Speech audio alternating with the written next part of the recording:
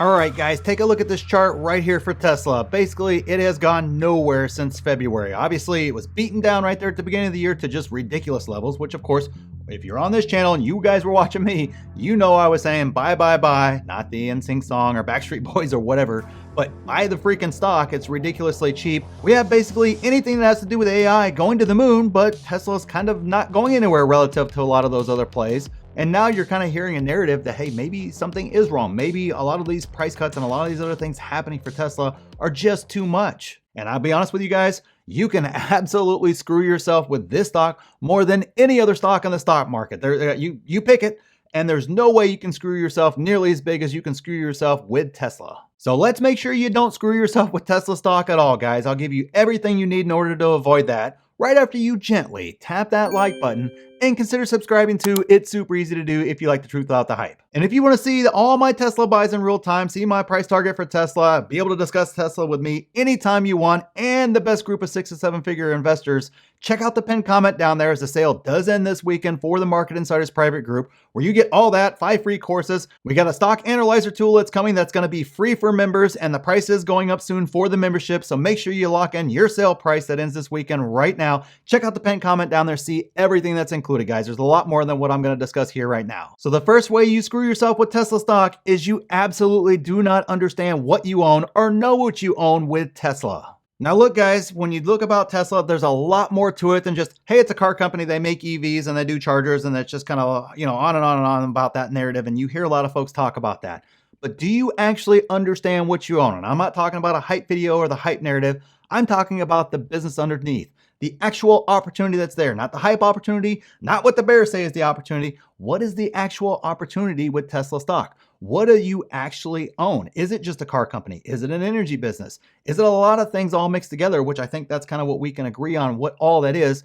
But if you don't understand intimately what that is, what you own, and what you own as a company, I mean the numbers. I'm not just talking about what the future projections are, what Kathy Wood's price target is, what's this YouTuber's price target. I'm not talking about that. I'm talking about understanding the numbers now, what management has guided towards into the future, and then kind of piece that all together with what the potential future is to kind of understand the stock itself and understand what you own, what's coming, what's not coming. Sure, Elon's excited about a lot of things. Some of those things are going to be great. Some of them aren't going to pan out. But if you don't understand those nuances and you haven't sat down and really understand what you own in the first place in regards to the company and the stock, you're not going to understand the opportunity that is in front of you and be able to identify when it's a good deal, when it's a bad deal, when is that bear narrative actually have some merit, when is it complete trash, and same thing with the bulls. When is the bull narrative going to be complete trash, and when does it actually have some validity and some actual reality to it? You can't do any of that if you don't first understand what you own in the first place.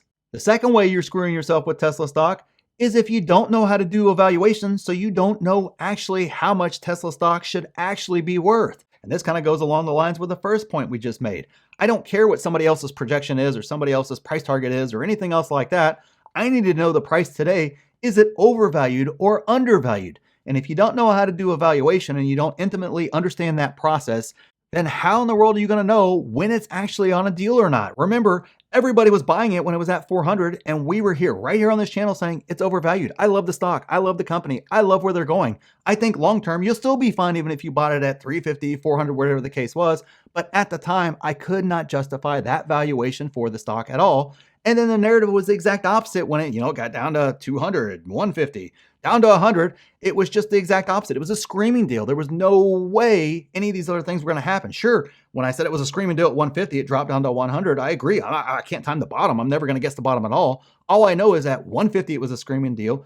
At 100, it was a ridiculous, stupid screaming deal. And I was buying at both levels, obviously getting heavier the lower it got. That's based upon valuation. I bought confidently. I wasn't scared. I didn't care that this YouTuber said I had it at $60 or at $80, or this YouTuber who was the ultra bull and saying it was a steal deal at $400 is now all of a sudden the ultra bear and saying that it should be $40 or $20 or whatever. I don't know. It just got kind of ridiculous there as it was falling, and it did fall fast. I mean, it seemed like every week it was taking $20 off the share price.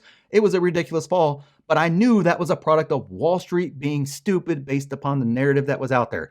Not fundamentally based upon what the company was doing, how they were executing underneath. And sure, Elon was out there being Elon, but that's kind of nothing new. I mean, it was definitely unique. He was buying something huge and selling off shares like crazy to buy that. I agree, and I didn't agree with everything that he was doing and everything that he was saying and everything else, all the other kind of noise that he kind of brought upon himself as he kind of lashed out at everyone while he was kind of going through that.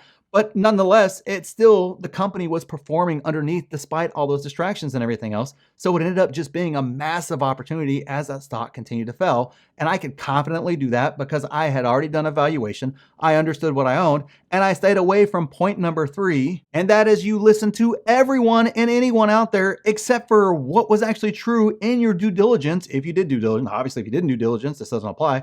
But if you did your due diligence, you ignored it and decided to listen to all the crazy narratives that were out there during that time. If you listen to those same narratives like you did when it was back at $120 or $100 or whatever the case was, you're going to find yourself in the hurt locker once again. Those same folks had you buying at all-time highs, saying DCA, it's the way, and go all in and all this other stuff when it's at all-time highs. Then they had you selling for a loss because it's going lower, and then of course it did go lower. So then they had you buying again just to sell at another loss because it's guaranteed to go lower than that now. And just kind of rinse and repeat. Oh, and by the way, don't buy it whenever it's a steal deal because it's got to go lower. It just kind of turns into this self-fulfilling prophecy in a sense where you're following this narrative instead of your actual own due diligence, your actual plan, and actually everything that you had kind of laid out and that you understood with that stock. And instead you went with a narrative, you followed a YouTuber, you followed whoever in regards to that decision-making process, and you completely forgot about all the due diligence that you did before. Maybe you were excited whenever it fell down, under 300. You're like, great opportunity. My due diligence is telling me this is an opportunity. Awesome. You decided to execute, but then as the stock continued to fall, the narrative started getting louder and you decided to make the decision to go away from your due diligence on the company and listen to the narratives instead of sticking with your due diligence and sticking to, what that due diligence told you in regards to the stock. And number 4 would be you're not taking action on your plan, or you have no plan in the first place, or not a very good plan. Basically, for me, the point in having a plan is taking emotions out of your investing. And that's key, right? I mean, we don't want emotions involved with our investing, and our plan helps us do that. But all of a sudden, if you lay out a plan, you decide to buy a stock at a certain price, and it hits that price and it's time to execute. If you don't execute on your plan, what's going on there? Most likely, it's emotions, which was the exact reason why you made that plan without emotions during a time when it wasn't chaotic and everything else. So that way you knew exactly what to do when that time comes and when that emotion hits. So that's your plan right there, is to eliminate that, or that if you follow your plan, it's there to eliminate that emotion that's telling you, don't buy Tesla at 100. It's going to go to 80. It's going to go to 60. Whatever the case is, that's what your emotion's telling you, because it just seems like there's the demand's going to dry up. This is, all the things that are out there. That's what that plan's designed to do. So you have to execute on that plan when those emotions arise. That's the point in having the plan in the first place. And then kind of on the flip side, if you don't have a plan at all, you're going to be all over the map. And hey, maybe that worked in 2020 during the hype run. I got it. I understand that. But during normal times, and especially during a bear market, those with a plan that execute to that plan are going to be the big winners, and have been the big winners at the beginning of this year so far. I could not tell you how many posts come up in my group to where people are consistently thanking the group, thanking all the members in there and everybody else for helping them work through the plan, work through the concepts, work through everything else. And now they've seen their portfolios basically do a complete 180, not just because NVIDIA went to the moon or something else.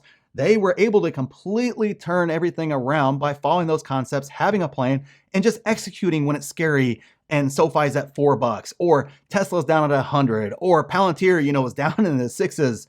For a little bit there. Some of our members actually caught a number with a 5 at the front of it. I did not, but some of our members did. Or, NVIDIA was down in the 100s, or Meta was down under 100. All those things all happened, and our members executed to that because they had a plan in the first place. And we had a lot of folks that showed up that had no plan, and they were able to build that plan. And now they're seeing their portfolios turn completely around to that positive side. That just, it looked like, man, I made every mistake in the book before.